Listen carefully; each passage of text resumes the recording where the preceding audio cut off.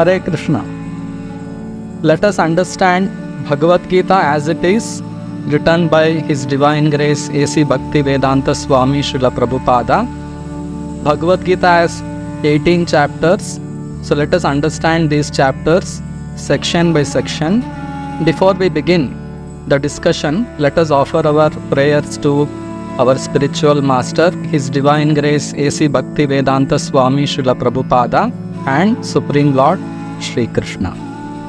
Namo Om Vishnu Padaya Krishna Prishthaya Bhutale Srimate Bhaktivedanta Swamin Niti Namine Namaste Saraswate Deve Gauravani Pracharine Nirvishesha Shunyavadi Paschatya Deshatarine Jai Shri Krishna Chaitanya Prabhu Nityananda Shri Advaita Gadadhara Shri Vasadi Gaura Bhakta Vrinda Hare Krishna Krishna Krishna Hare Hare Hare Rama Rama Rama Hare Hare Om Namo Bhagavate Vasudevaya Om Namo Bhagavate Vasudevaya Om Namo Bhagavate Vasudevaya.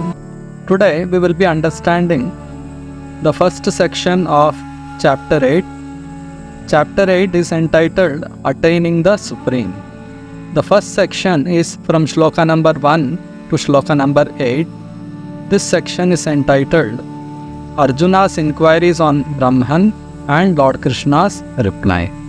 So let us understand this section. In the previous chapter, in the end, Lord Krishna had described that those who are devotees of Krishna, they can return back to him. So being absorbed in complete devotion to Krishna, one can fully purify himself, and even at the time of death, one can return back to the kingdom of God. So in this section, Arjuna makes further inquiries on that subject. So let us understand Arjuna's inquiries and Krishna's replies for all those inquiries.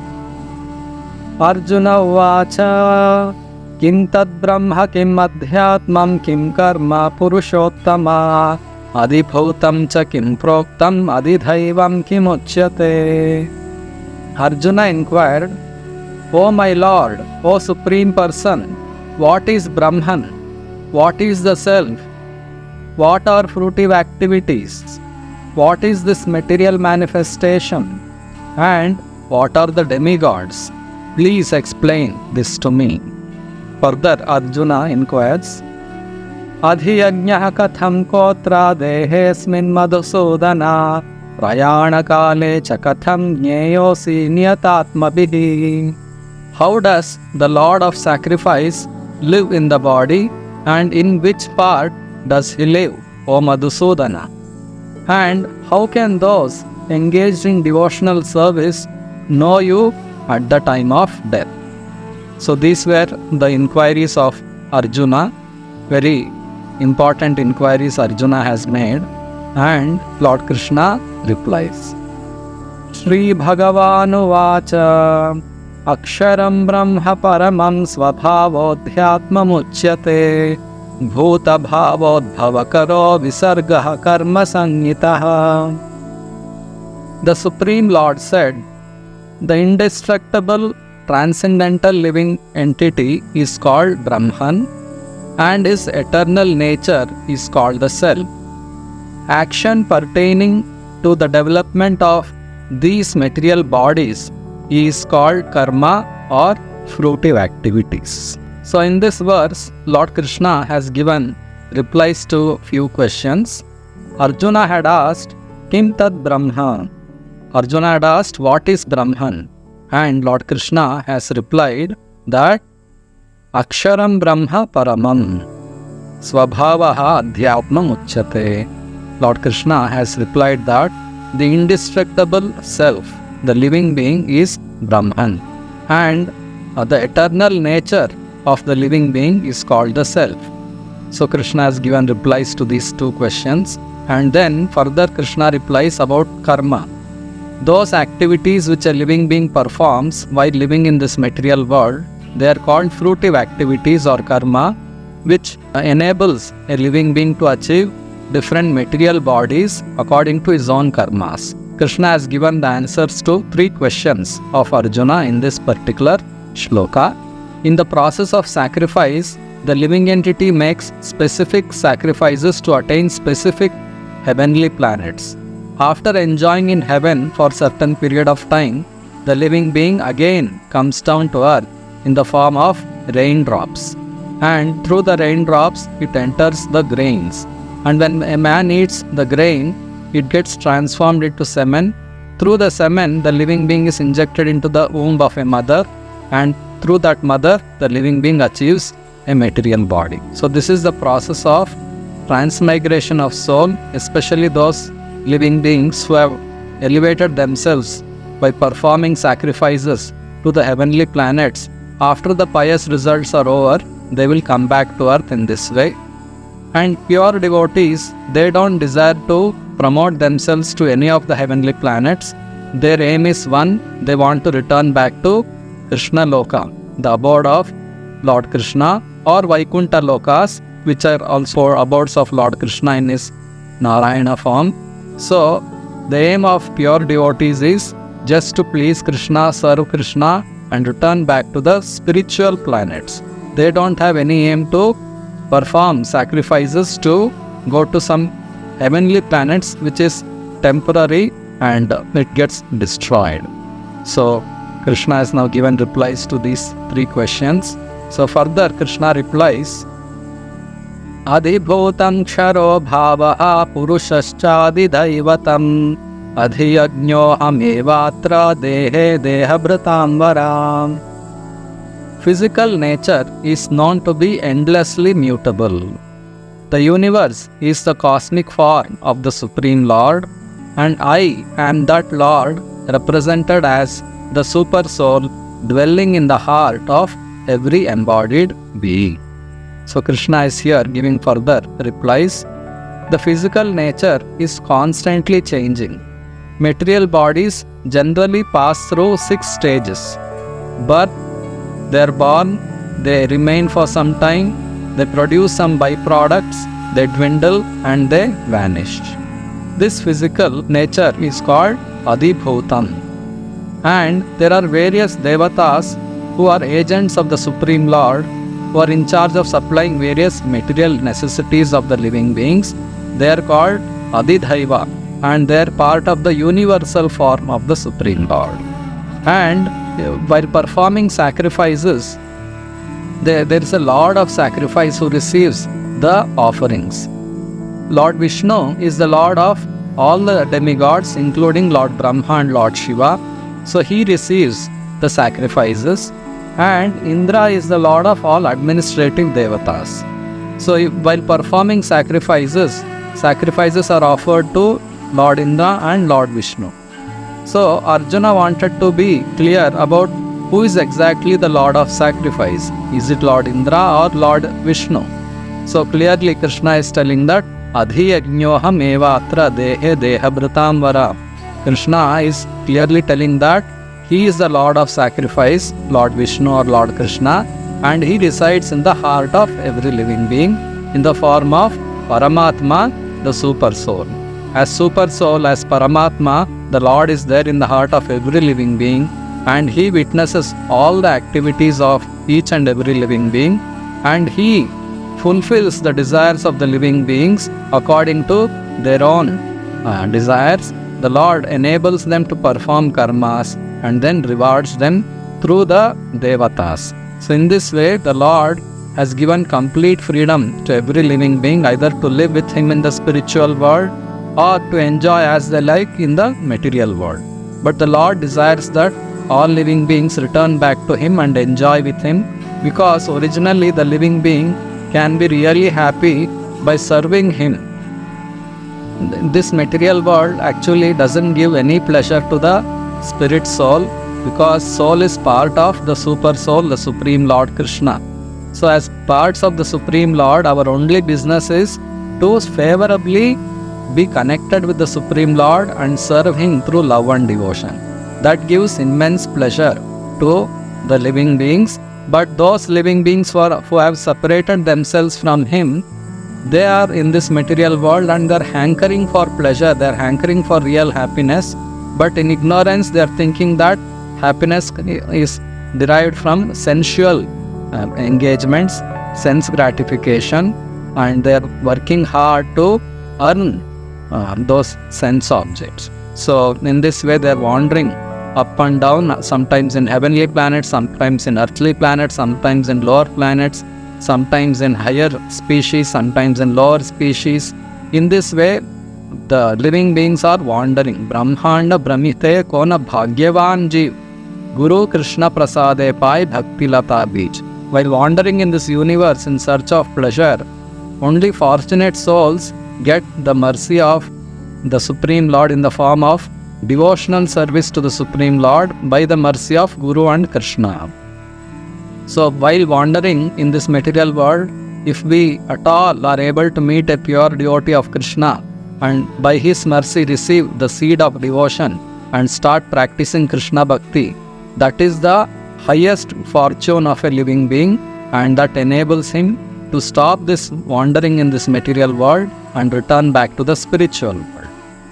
Further, Krishna replies to Arjuna's inquiries about what happens to the living being at the time of death and how a living being can return back to Lord Krishna.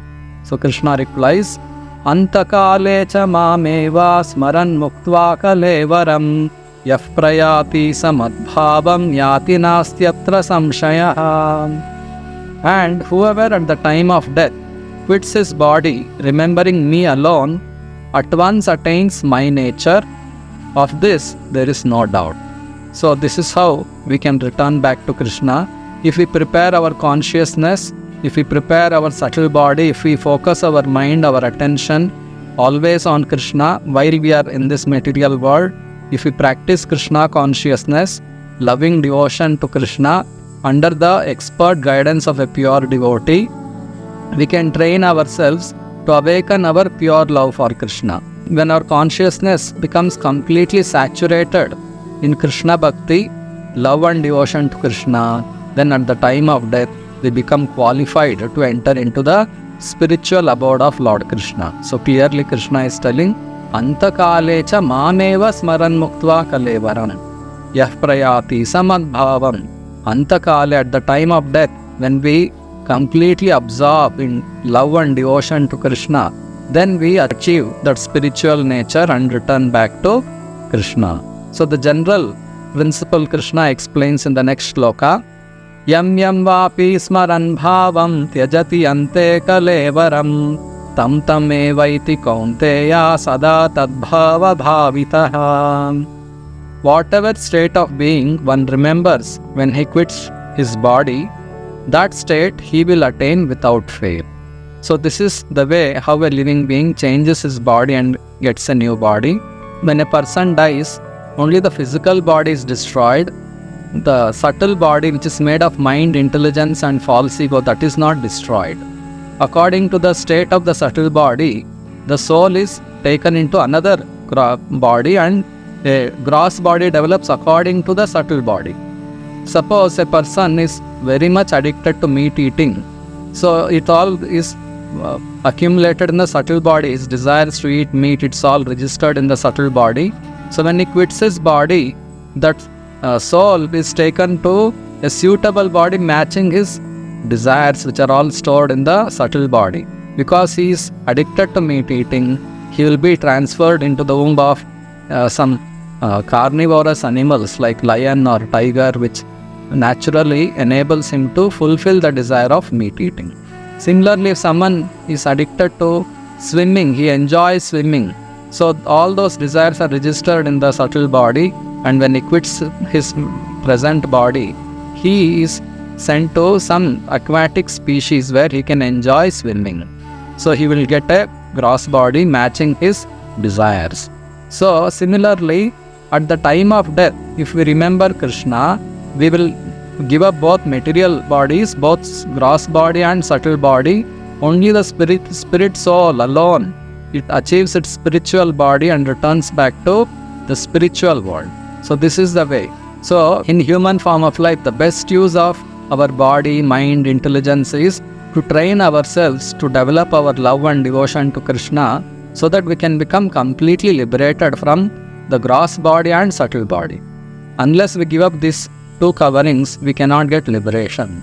Liberation means getting liberated from both the coverings, gross body and subtle body, and the spirit soul receives a spiritual body which is Satchidananda, which will never get destroyed. In the spiritual body, we can always remain happy without any suffering in the spiritual world with the Supreme Lord. So that is called Swarupa Siddhi, achieving our original constitutional position.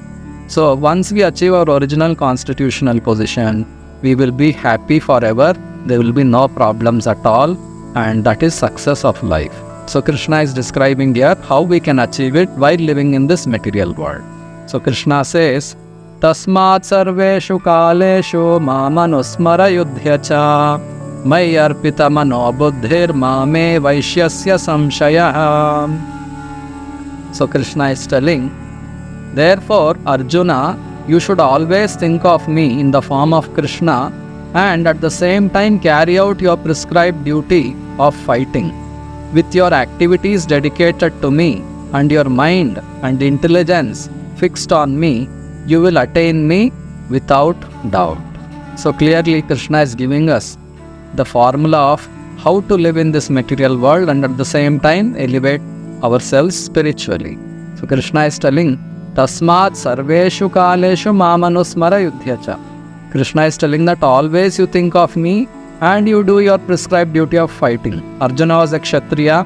His duty was to fight with the enemies whenever they attack. So Arjuna is telling you can do your duties. While living in this material world, each of us have to do our duties according to our own acquired natures. But at the same time, we should always be careful to fix our mind, our intelligence on Krishna and always keep remembering Him. So both we should do parallelly. Not that some people say work is worship. You just do your duties nicely and that is fine. There is no need of going to temple, no need of any spiritual activity. So that is completely wrong understanding. Even if we work hard without going to temple, we will not get liberated at the time of death. No one is going to appreciate that hard work. The Lord is not pleased just by hard work. The Lord is pleased by our love and devotion because everything is supplied by the Lord. We are not creating anything in this material world. Nothing belongs to us in this world. In this whole creation, everything is created by the Supreme Lord Krishna Himself. We are also part of His creation. So the best thing to do is recognize the greatness of the Supreme Lord Krishna and be happy to know that He is our Supreme Father and surrender to Him and love Him and serve Him. This is our duty. And He is a kind Father. He will supply everything to us. So in the spiritual world, there is nothing like hard work. There is nothing like working at all. In the spiritual world with Krishna, there is only enjoyment, nothing called working. Work is here only in the material world because we want to live against the will of the Lord. Therefore, to live in this material world, we have to work hard. So no living being wants to work because that is our nature. We don't want to work hard for enjoying. We want to happily enjoy forever. That is natural. And Krishna is telling that you can live happily with me in the spiritual world, which is eternal, never to get destroyed. This material world is created in such a way that it is created for some time, it is created, it remains for some time, it gets destroyed. Material body also, it takes birth, it remains for some time, it produces some byproducts and then it vanishes. So no one likes temporary life. We are eternal spirit soul. We like to live eternally, happily. No one wants to die. So Krishna is telling that it is possible if you return back to me. In the spiritual world, you live with me. In the material world, it is not possible. So to return back to the spiritual world, we have to be true lovers of Krishna. Otherwise, we cannot enter into the personal planets of Lord Krishna. So we have to know that we are parts of Krishna. We can live with Krishna forever. It is our constitutional right to live with the Supreme Lord Krishna. So we have to give up hating Krishna. We have to give up challenging Krishna. We have to give up enviousness against the Supreme Lord. And we have to accept our position as servant of God. God is supreme, He is the master. There is no one equal to God or greater than God. God is one, that is Krishna. Then who are we? We are all His eternal servants. So we have to accept this truth. Unless we accept this truth and surrender to Krishna, there is no question of liberation or returning back to Krishna. So Krishna is telling Arjuna, because Arjuna is a pure devotee of Krishna and his friend, so Krishna is telling, you always remember me and you do your prescribed duty of fighting. Fix your mind on me, fix your intelligence on me, fix your consciousness on me. In this way you will return back to me. So this is the formula of spiritual elevation. So further Krishna is telling, Abhyasa yoga yuktena chetasananyagamina paramam purusham divyam yati parthanu chintayan. He who meditates on the Supreme Personality of Godhead, his mind constantly engaged in remembering me, undeviated from the path, he, O Partha, Arjuna, is sure to reach me. So clearly Krishna is further stressing Abhyasa Yoga Yuktena. Krishna is telling that we have to regularly practice. We have to regularly practice fixing our mind, fixing our consciousness on Krishna. Since we are living in this material world, from time immemorial, Anadi Kale, we don't know when we came into this material world, and we are all addicted to sense enjoyment. So our attention keeps getting diverted from concentrating on Krishna, from His service and His devotion. So Krishna is telling that wherever the mind wanders, you bring it back and fix it on me. So the easiest way of remembering Krishna, easiest way of fixing the mind on Krishna is told by Lord Krishna Himself in the form of Sri Chaitanya Mahaprabhu. Lord Chaitanya has told, Kirtaniyaha Sada Harihi. Lord Chaitanya has recommended that if you have to remember Krishna always, you always chant Krishna's holy names, especially the Hare Krishna Mahamantra. Hare Krishna, Krishna Krishna, Hare Hare, Hare Rama, Rama Rama, Hare Hare. We can always practice chanting the Hare Krishna Mahamantra. It gives immense pleasure, immense satisfaction by chanting and serving the holy name, and it is very easy process. There is no rules and regulations to chant the holy names. Either we can do chanting in the form of japa, or we can sing melodiously in a group in the form of Hare Krishna Mahamantra Sankirtana. And we should also develop tolerance like a tree, and we should be very humble, just like a blade of grass. And a tree, it stands in one place tolerating torrents of rain, severe heat, and people come and sometimes cut the branches or cut the trunk. Still the tree is very tolerant. In that way, we may get so many difficulties in this material world. We should go on tolerating those difficulties, and we should always practice being meek and humble. We should always be ready to respect every living being, and we should not expect any respect from other living beings. In this state of mind, we can always chant the holy names of Krishna, and in this way we can become purified and return back to Krishna. So this is the process of spiritual elevation which is recommended for this age of Kali by Lord Krishna Himself in the form of Sri Chaitanya Mahaprabhu. So we should all practice this Krishna consciousness under the expert guidance of a pure devotee of Krishna, His Divine Grace A.C. Bhakti Vedanta Swami Prabhupada, the founder Acharya of ISKCON, the worldwide Hare Krishna movement, is the authorized representative of Krishna coming in the Brahma Madhva Gaudiya Sampradaya, and he has given very clear instructions of practicing Krishna consciousness. He has written innumerable books for us to know who is Krishna, who is Lord Chaitanya, and how to become true lovers of Krishna. And he has given all practical guidance of practicing the principles of Krishna consciousness. So under his expert guidance, we all can become purified, we all can become true lovers of Krishna and return back to Krishna. So in the next section, Krishna further gives instructions to Arjuna. We shall understand that in the next section. Hare Krishna.